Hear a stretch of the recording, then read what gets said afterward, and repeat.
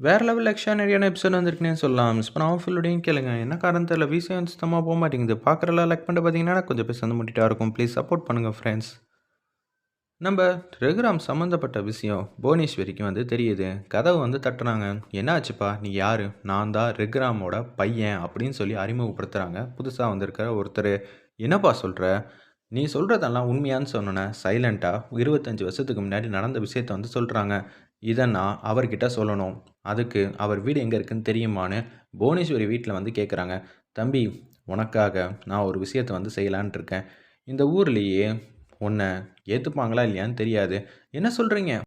அந்த பையன் வந்து அதிர்ச்சியாகி கேட்குறாங்க. அந்த இடத்துல நான் சொல்கிறதுக்கு மட்டும் சரின்னு சொல்லுன்னு சொன்னோன்னே, சைலண்ட்டா வந்து அவங்க திட்டத்த வந்து சொல்லிடுறாங்க. "எனக்காக இவ்வளோ தூரம் வந்து பாடுபடுறேங்கிறீங்க. அப்படி இருக்கும்போது, நீங்க ஒண்ணும் எங்க அப்பாவ அசிங்கப்படுத்தலையே. நியாயம் தானே வாங்கி தரேங்கிறீங்க. எனக்கு முழு சம்மதங்கிற" மாரி அந்த பையனும் வந்து சொல்லிடுறாங்க. அந்த இடத்துல அதுக்கேத்த மாரியே பஞ்சாயத்துல சொல்லிடுறாங்க. ரகுராம் சம்மந்தப்பட்ட விஷயம் தான் வந்து நடக்க போகுதுன்னு. உடனே ஒருத்தர் ட்ரம்ஸ் வாசிச்சுக்கிட்டே வந்து வராங்க. வந்துட்டு, "இது மாரி பஞ்சாயத்துல வந்து ஒரு சில விஷயம்லாம் வந்து நடக்க போகுது. அது நம்ம ரகுராம் சம்மந்தப்பட்ட விஷயம். புவனேஸ்வரி அம்மா தான் வந்து குடுத்துருக்காங்க. அவளுக்கு வேற வேலையே இல்ல." உடனே சிவராமன் கிட்ட வந்து துண்ட வந்து குடுக்குறாங்க. "நீயே வந்து உட்காருப்பா" அப்படின்னு சொல்லும்போது, "அண்ணா, அவளுக்கு கொஞ்சம் வேலை வெட்டி இல்லாம இப்படி பண்ணிக்கிட்டு இருக்கா. என்ன ஏதுன்னு கேட்போம்." "டேய், இப்போதைக்கு நீ பொதுவானவன்.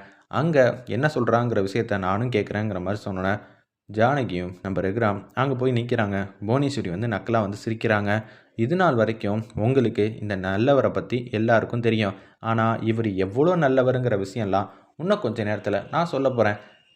உன்னோட வரலாறு எல்லாமே எனக்கு தெரியும். இந்த குடும்பத்துக்காக நீ எப்படியெல்லாம் பாடுபடுவேன்னு. நான் இந்த வாட்டி எந்த விதத்திலையும் பொய் சொல்லலை. எதுவும் சதியும் செய்யலை. எனக்கு கேள்விப்பட்ட தகவலை தான் இங்கே உங்கள் எல்லார்கிட்டையும் சொல்லான் இருக்கேன். அது என்கிட்ட வந்து ஆதாரம் புரியுமா இருக்குது" அப்படின்னு புவனேஸ்வரி சொல்கிறாங்க. "என்னம்மா இது? இந்த அம்மா எப்போதும் வந்து பாட்டமாக சொல்லுவாங்க. இப்படி இவ்வளோ தைரியமா பேசுகிறதுக்கெல்லாம் வாய்ப்பே இல்லையே" அப்படின்னு சொல்லிட்டு இருக்கிறப்ப, அப்பன்னு பார்த்து சிவராமன் வந்து வராங்க. "எதுக்காக எங்கள் நேரத்தை வந்து விரயமாக்குறீங்க? அப்படியெல்லாம் சொல்லக்கூடாது. இந்த சேரில் நீங்கள் உட்காந்ததுக்கு அப்புறமேட்டுக்கு பொதுவான ஆள் தான். ஆனால் அதுக்குன்னு ஒரு நியாயம், யார் மேலே என்ன குத்தம் குறை சொல்கிறோன்னு ஒரு அளவு இல்லையா? அவரை பற்றி எங்கள் எல்லாருக்குமே தெரியும். உங்களுக்கு தெரியாத விஷயத்த தான் நான் இப்போ சொல்லப் போகிறேன். சுமார் ஒரு 25 வருஷத்துக்கு முன்னாடி உருவான கதை. அந்த கதையை பற்றி எனக்கு இப்போ தான் கேள்விப்பட்டேன். ரகுராம் அவர் மனைவிக்கே இவ்வளோ பெரிய துரோகம் வந்து செஞ்சுருக்காருன்னு என்னால் இப்போ நிரூபிக்க முடியும்னு சொன்னோன்னே, செம்மையாக வந்து கோவப்படுறாங்க. சிவராமனே வந்து சேரையே வந்து உடைக்கிற அளவுக்கு ரொம்ப ஸ்ட்ராங்கா வந்து அழுத்துறாப்புல. அந்த இடத்துல, "என்ன சொல்றீங்க?" அப்படின்னு ஏஞ்சிடுறாப்புல. "இப்ப நீங்க அவரோட தம்பியா ஆயிட்டீங்க. அதனால தான் உங்களுக்கு கோவம் வருது. தயவு செஞ்சு நான் சொல்றத காது குடுத்து கேளுங்கன்னு" சொன்னோனே, அப்படியே அமைதியா வந்து உட்கார்றாங்க. "என்கிட்ட ஆதாரம் இல்லாம இவ்வளோ பெரிய விஷயத்த நான் அதுவும் சொல்லுவேனா? அவருக்குன்னு ஒரு வாழ்க்கை இருந்திருக்கு. அதுவும் பேரு சொல்லட்டுமா?" அப்படின்னு அந்த இடத்துல சிவரஞ்சனியும் இவங்களும் சேர்ந்து வாழ்ந்திருக்காங்க. அதுக்கு அத்தாட்சியா அவரோட பையனே இங்க வந்திருக்காங்க. இதுதான் நான் கேள்விப்பட்ட விஷயம் அப்படின்னு சொல்லும்போதே, நீங்க என்ன வேணாலும் சொல்லிறலாம். அதெல்லாம் நாங்க நம்பணுமா? அப்படின்னு சொல்லி அங்க இருக்கிறவங்க எல்லாரும் வந்து சத்தம் போடுறாங்க. ஜானகி அம்மாவுக்கே வந்து ஒண்ணும் புரியாம பேர் எதிர்ச்சியா பட்டத்தின் உச்சத்துல வந்து இருக்காங்க. அந்த இடத்துல, அச்சச்சோ! இது எல்லாம் சத்தியமா வந்து பொய்யா தான் இருக்கும். உங்க எல்லாருக்குமே தெரியும். இவ எங்க குடும்பத்துக்காக எப்படி எப்படிலாம் புதுசு புதுசா, தினுசு தினுசா வந்து யோசிப்பான்னு எல்லாமே தெரியும். அப்படி இருக்கிற சூழ்நிலையில, இப்படியெல்லாம் வந்து புதுசு புதுசா வந்து சிவசங்கரின்னு திடீர்னு பேர்லாம் வந்து சொல்லிட்டு இருக்கா. அதுவும் 25 வருஷத்துக்கு முன்னாடி இருக்கிற கதை. இவ வந்து கட்டுக்கதையில கட்டுறதுல எக்ஸ்பர்ட் ஆச்சே. நீங்க யாரும் நம்புறீங்களா? அப்படின்னு சொல்லும்போது, ஐயா மேல எங்களுக்கு மிகப்பெரிய நம்பிக்கை இருக்கு. நிச்சயம் நாங்க எதுவுமே வந்து தப்பாலாம் நினைக்க மாட்டோம். புவனேஸ்வரி, நீ வேற ஏதாவது சொல்லியிருந்தா கூட, நாங்க ஒரு வேள நம்பியிருக்க வாய்ப்பே இல்ல. அதுவும் இந்த மாரி சமாச்சாரத்தில நிச்சயம் வந்து நம்புறதுக்கு வாய்ப்பே இல்ல. அப்படின்னு சொல்லும்போது, "ஆ, பார்த்துக்கங்க ரகுராம். நீங்க எவ்வளோ நல்ல பேர சம்பாரிச்சிருக்கீங்கன்னு இப்ப தான் தெரியுது." "ஏய், அவ்வளதான் சொல்வேன்னு" சொல்லிட்டு ஜானகி வந்து அடிக்கலான்னு கை தூக்குறாங்க.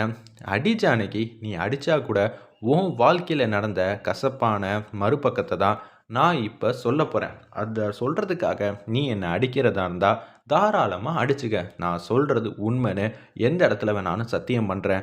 எனக்கு கேள்விப்பட்டத நான் நல்லா கேட்டு அறிஞ்சத தான் இங்க வந்து சொல்றேன். ஏன் நீ வந்து சத்தியம் பண்ணுவ. ஏன்னா உனக்கு தெரியாது. அதனால தான் நீ இந்த அளவுக்கு வந்து பேசிக்கிட்டு இருக்க. ஆனா சுத்தி இருக்கிறவங்க எல்லாரும் வந்து யோசிச்சு பார்த்தீங்களா? இங்க எல்லாரும் வந்து கத்திக்கிட்டு இருக்காங்க." சிவராமன் சேர வந்து பின்னாடி ஒரு பக்கம் தள்ளிட்டு, அவ்வளோதான் சொல்லிட்டேன். என்னடி நினச்சிக்கிட்டு இருக்க நீ உன் மனசுல? எல்லாத்துக்கும் ஒரு அளவு இருக்கு. அந்த அளவ தாண்டி போம்போது, அதுக்கப்புறம் நான் என்ன செய்வேன்னு எனக்கே தெரியாதுன்னு உச்சக்கட்ட கோவத்துல சிவராமன் வந்து பேசுறாங்க. தலைவரே, நீங்க இப்ப யாரு என்ன ஏதுன்னு தெரிஞ்சுக்கிட்டு வந்து பேசுங்க. தேவையில்லாம கோவப்படாதீங்கன்னு சொன்னோனே, உனக்கெல்லாம் நான் எதுக்குடி மரியாதை தரணும்? அது வேற உனக்கு அவசியமா? நிச்சயம் குடுக்க முடியாது. நானும் ஐயோ பாவமாச்சேன்னு சொல்லி ஒவ்வொரு விஷயமும் பார்த்து பார்த்து சொன்னா, என் மேல வந்து ஏதாவது ஒண்ணு புகார் குடுத்தேன்னா, எங்க அண்ணன் விசாரிக்கிறதும், எங்க அண்ணன் மேல ஏதாவது ஒரு புகார் குடுத்தேன்னா, நான் விசாரிக்கிறதுன்னு, எங்களுக்கு வேலை வெட்டி இல்லன்னு நெனச்சியா? இல்ல நீ புதுசு புதுசா வந்து எங்க நேரத்த வந்து விரயமாக்குற. உன் கூட மல்லு கட்டுறதுக்குன்னே எங்களுக்கு தனியா ஒரு வாழ்க்கை தேவைப்படுது போல இருக்கே! அப்படின்னு உச்சக்கட்ட கோவத்துல வந்து பேசுறாங்க. இவ சொல்றதெல்லாம் வந்து நம்ப வேணாம். எல்லாரும் போங்க அப்படின்னு சொன்னோனே, இப்படியெல்லாம் நீங்க நியாயவாதியா நடந்துக்காதீங்க. அப்படி தாண்டி நான் சொல்லுவேன். எங்க அண்ணன் மேல அந்த சாமியே வந்து சொன்னாலும், நாங்க யாரும் நம்ப மாட்டோம். எங்க அண்ணனையா தப்பா பேசுறேன்னு சொல்லிட்டு, கன்னத்திலேயே செம்மையா வந்து குடுக்குறாங்க. என்ன சிவராமன் அப்படியே வந்து உறைஞ்சு போய் உட்காந்துருக்கீங்க. என்ன ஆச்சு? அந்த சேர தள்ளி விட்டது, இப்ப வந்து கேள்வி கேட்டது எல்லாமே வந்து சிவராமனோட கற்பனை. கனவுல வந்து கேட்டிருக்காரு போல இருக்கு. இது மட்டும் நான் ஆப்போசிட்ல நின்றிருந்தா என்ன ஆயிருக்கும் தெரியுமா? அப்படின்னு சொல்லி உச்சக்கட்ட கோவத்துல சிவராமன் வந்து சேரையே வந்து நல்லா வந்து குத்திக்கிட்டு இருக்காப்புல. நம்ம சிவராமன் அவர் மனசுக்கு இது எல்லாம் ஏத்துக்கக்கூடிய சக்தி இல்ல. ஆப்போனன்ட்ல இருக்கக்கூடிய எல்லாருமே, "ஏம்மா கொஞ்சம் அளவுக்கு மீறி பேசுறீங்களேம்மா! இத்தன நாளா ஏதாவது வித்தியாசமா சொல்லிட்டு இருந்தீங்கன்னு" நாங்களும் ஐயோ பாவம்ன்னு நெனச்சா, இப்ப இந்த அளவுக்கு பேச ஆரம்பிச்சிட்டீங்களா? பார்த்துக்கங்கம்மா. இவளுக்கு வாழ்க்கையே அமையலல்ல. அதனால தான் இப்படியெல்லாம் வந்து பேசிக்கிட்டு இருக்கா. கரெக்ட்டு தான். ஆனா உன் புருஷனுக்கு 2 வாழ்க்கை இருக்குங்கிற விஷயம்லாம் உனக்கு தெரியாம போச்சே! வேணும்னா நான் சொல்றத சிவசங்கரிக்கும், நம்ம ரகுராமுக்கும் சம்மந்தம் இல்லன்னு சொல்ல சொல்லு பாப்போம். ஏய்! நீ சொல்ற மாரியே அந்த ஒரு நபர் இருந்திருக்கலாம். நீ சொல்ற மாரியே நம்ம ரகுராம் அவங்களுக்கு உதவி இருக்கலாம். அதுக்கெல்லாம் அந்த பேர வச்சு என் புருஷன் முன்னாடி என்னாலலாம் கேள்வி கேட்க முடியாது. அவ்வளதான் சொல்லிட்டேன்னு ஜானகி வந்து உச்சக்கட்ட கோவத்துல ஆவேசமா வந்து அடிக்கலான்னு தான் யோசிச்சுட்டே இருக்காங்க. என்ன ஜானகி வந்ததுலேருந்தே வந்து அடிக்கணும்னு ஓவரா தான் துள்ளிக்கிட்டு இருக்கியே! இது எல்லாத்தையும் நான் அறகுறையாலாம் சொன்னா, உங்க குடும்பத்தை எதிர்த்து என்னால வந்து நிக்க முடியுமா? அப்படி இருக்கிற சூழ்நிலையில சாட்சிய நான் இங்கே கொண்டு வந்திருக்கேன். சும்மா நீ ஏதாவது ஒண்ணு சொல்லிக்கிட்டு இருக்காத. வாயில சொல்றது எதுவுமே இந்த பஞ்சாயத்துல வந்து எடுபடாதுன்னு புவனேஸ்வரி உனக்கே நல்லா தெரியும். அப்படி இருக்கிற சூழ்நிலையில எதுக்காக எங்க எல்லாரையும் வந்து இப்படி குழப்பிக்கிட்டு இருக்க? உங்க ரகுராம் கிட்ட கேளுங்க அப்படின்னு சொன்னோனே, அவர் சொல்ல முடியாம மௌனமா இருக்காங்க. ஐயா, நீங்க இப்படி மௌனமா இருந்தீங்கன்னா, அவங்களுக்கு சாதகமா தான் எல்லாமே மாறும். சிவராமனும் வேற எந்த விஷயமா இருந்தா கூட கேள்வி கேட்டு விசாரிப்பாப்ல. இந்த விஷயத்துல அவரால விசாரிக்கவே முடியல. உடனே ரமணி பாட்டி வந்து கடுப்பாயிட்டாங்க. இவ்வளவு பெரிய விஷயத்த எங்க பையன பத்தி இவ்வளவு தூரம் வந்து சொல்லியிருக்க. சரி. அதுக்கான ஆதாரம் எங்கம்மா இருக்கு? ஆ சிவசங்கரிக்கும், ரகுராமுக்கும் பொறந்த பையன வந்து நான் பார்த்தேன். அவங்களே வந்து சொல்லுவாங்கன்னு சொன்னோனே, அந்த பையன் மாட்டுக்கு சபையில வந்து நிக்கிறாங்க. தம்பி, இது வாழ்க்கை சமாச்சாரம் பிரச்சனை. ரகுராம்னா யாருன்னு தெரியுமா? இந்த ஊரோட மரியாதை, கௌரவம் எல்லாமே, நம்பிக்கை, இன்னும் என்னென்னலாம் இருக்கோ அது எல்லாமே அவர்தான். தெளிவா யோசிச்சு சொல்லுப்பா அப்படின்னு அந்த இடத்துல ஜானகி அம்மா கேட்குறாங்க. என்ன ஜானகி பாசத்தோட வந்து பேசுற? உன் பையன் தான் அவன் அப்படின்னு அந்த இடத்துல சொல்றாங்க. நீ தானே அந்த பையனுக்கு சித்தி அப்படின்னு அந்த இடத்துல சொல்லும்போது, ஜானகியால எதுவும் பேச முடியல. ஆமாங்க, உங்களுக்கு எதிரா பேசுறேன்னு நெனச்சிராதீங்க.